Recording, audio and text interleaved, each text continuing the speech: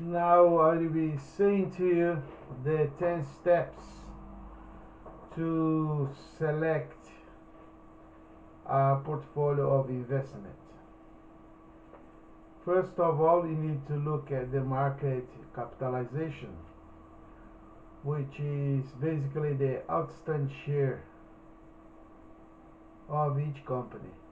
Let's assume if the company have 1 billion American dollars of authorized shares capital, that means the whole capital of the company was $1 billion, and they have 200,000 of outstanding shares. Its market capitalization of that company is just 200,000 American dollars. So, and then the market capitalization are split into three sizes. The small size, which we call small cap, it comprises from 300 millions to 2 billion. That's small company. Between 2 billions and 10 billions are middle cap, or say mid cap. From 10 billions to 100,000 billions American dollar, we call large cap. Above 100 billion American dollars, we call mega cap. So the market capitalization is just the part of the company that is exposed for the public. As I just explained, and I can say once again, if the company has different number, 500 million American dollars, and they open just 100,000 in a market, which is 20% of the total capital of that company, are exposed to the public, 100,000 outstanding share, that make part of the market capitalization of that particular company. But inside the NYSE, which is New York Stock Exchange, or even Nasdaq, all the company are displayed in there. You must look, very important. I'm still in step 1. I'm gonna say 10 step to make a good selection in the financial market. It's really crucial you look at the value of each share, and then the outstanding shares that company have in the market, because through the value of each share you multiply by how many outstanding shares that particular company have, so you came to the market capitalization, so the total of that company individually. As the larger the company, the lower the return, the lower the risk. The smaller, they offer higher return and higher risk as well. You need to look at which is stock exchange that shares are traded on, where they are negotiating, where are they displayed, and then who holds the majority. See whether they are displayed in Nasdaq or NYSE. NYSE is NYSE, stand for New York Stock Exchange. Whether they are ADR, ADR are the American Deposit Receipt. When you invest in US in non-US company. Well, they have a different policy for foreigners when they invest into US.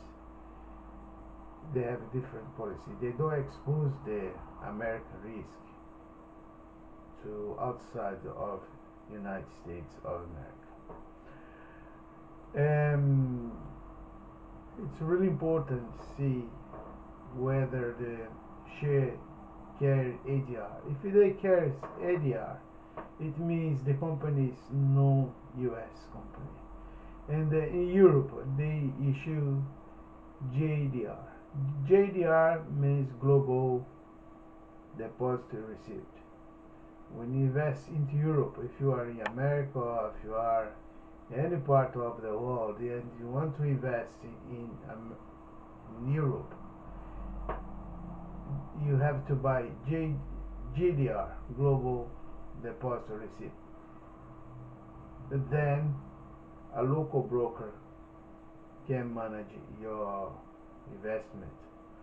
But it is recommendable if you invest in GDR or ADR just to hold it the way it is, because it is equivalent you invest your funds in a huge portfolio, because when they acquire all this deposit, they invest in a portfolio which they try to maximize.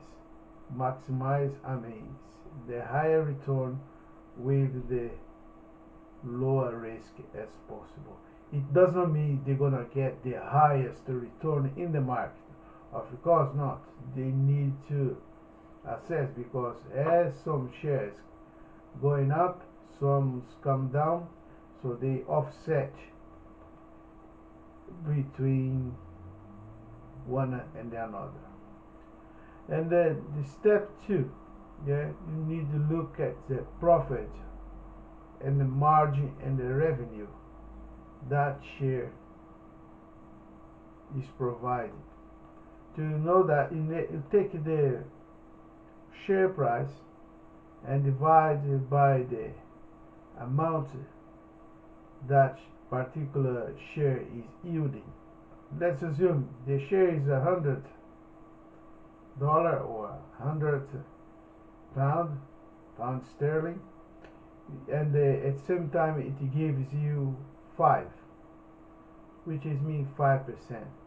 To get the PE, is divide 100 by 5, which is gonna result in 20. 20 is the PE. P stands for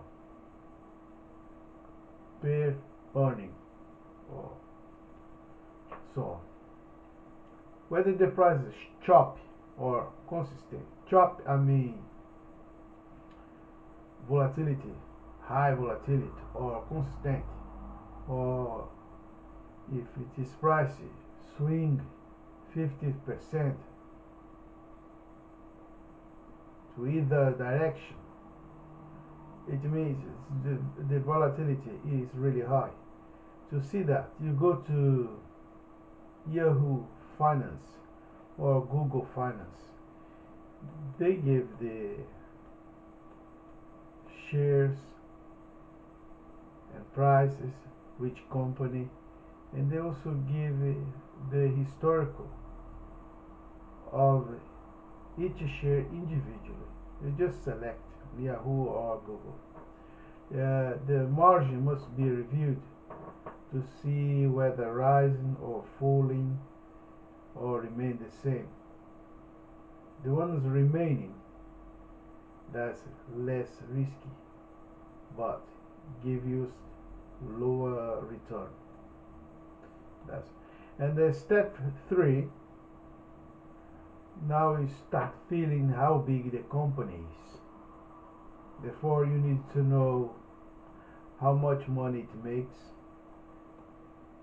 the size of the company,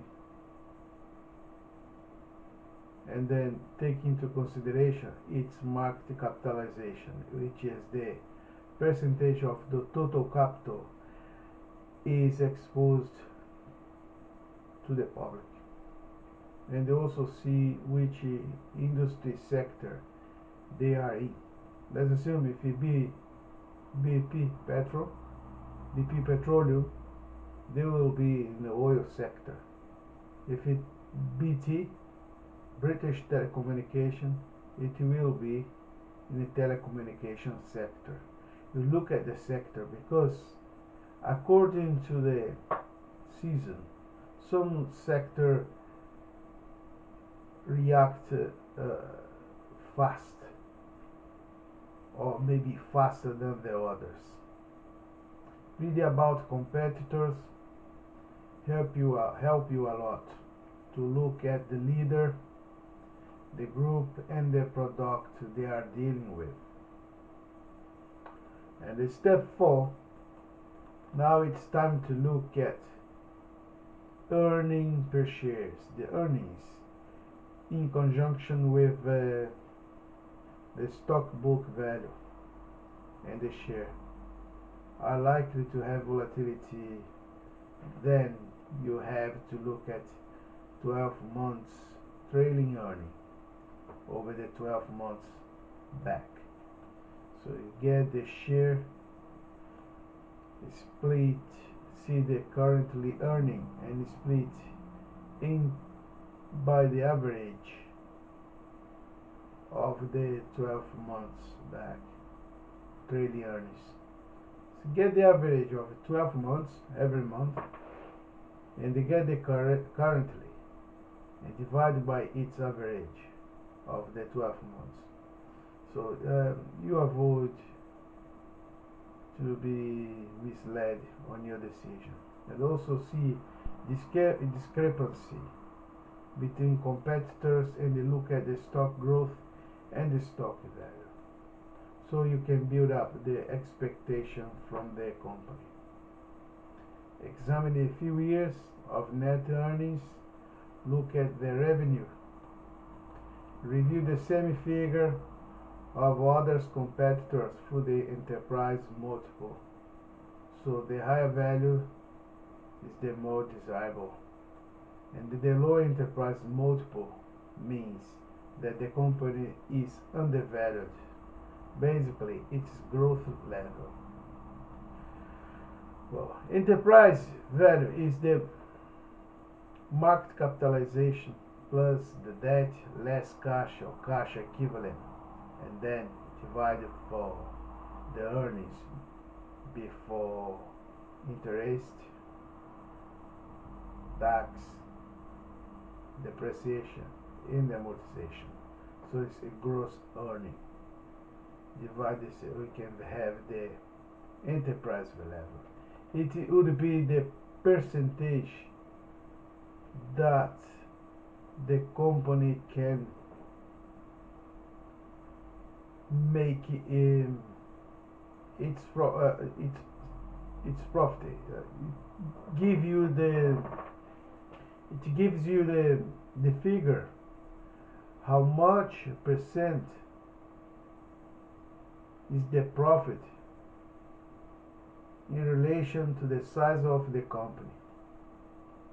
You also look at the earnings, sales, and the enterprise value. Enterprise value, that's the one I have just mentioned. Sales, earnings, all this help you to make an assessment. Then apply PEG. PEG brings the expectation of future earnings growth and compares to current earnings, multiple, and ratio. A ratio of 1 or above for PEG is currently fair. The relationship between the price earnings ratio and the earnings growth tells a more complete story than P.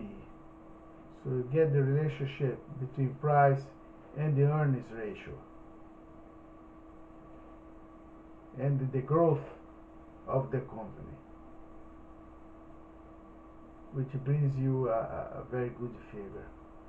To know the PEG, you get the P which I have just mentioned.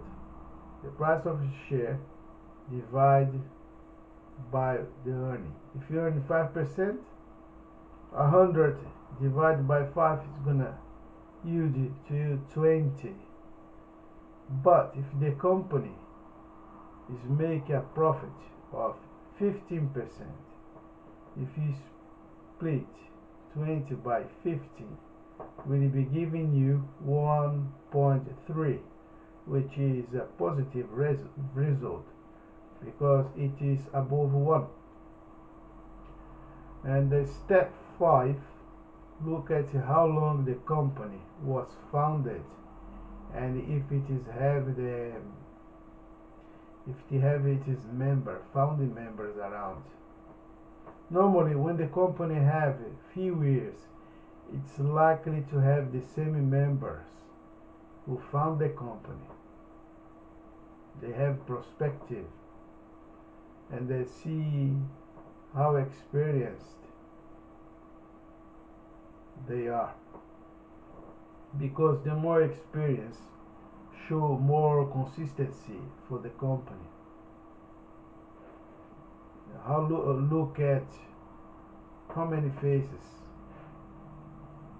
over the past years have the company had.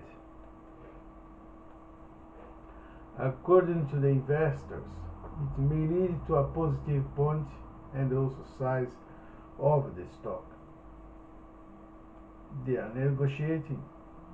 This information can be found in the company's website or SEC file.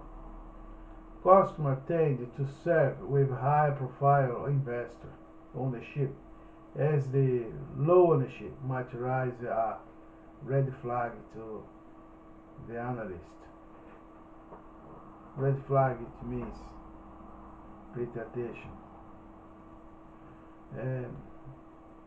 It is highly considerable when the manager have a relevant ownership, because he's got his funds, he's got share, so he's got really appreciable responsibility. Now we go to step 6. Look at the balance sheet and assess the debt ratio and how it changes from year to year, and look at footnote and see why and which circumstance it changes. If the company is to launch a new product, and also how it retains its earnings. That's really important. Step 7, stock price history. Look at the share price, how long they are being negotiated, its classes, whether choppy or volatile or steady, how long the volatility lasts, which experience the owner has for the future of the company, and see whether it's short or long term. Depends on the number of short term shareholder may add risk into it. Step 8, stock option and dilution possibilities. Look at the reporting, and where they describe all information about options and the shares sold within period the perspective. If there are one underwater, shares below its fair price, as it can show future shares and the option price. Step 9. Now is the time to extra digging and look into the perspective of the company within the next 3 years. Whether have any news about its products and service, and gather the whole information that you got and make a full assessment and essay. And finally, step 10. After we have done all that, we need to look at regulatory that embrace such a company, and also bureaucracy, also legal aspect. Carry out all this research and assess, save it, and jump to another sector to try to find out another institution that you can engage in. Then make a comparison amongst them all to make a sensible decision and make your client happy all the time.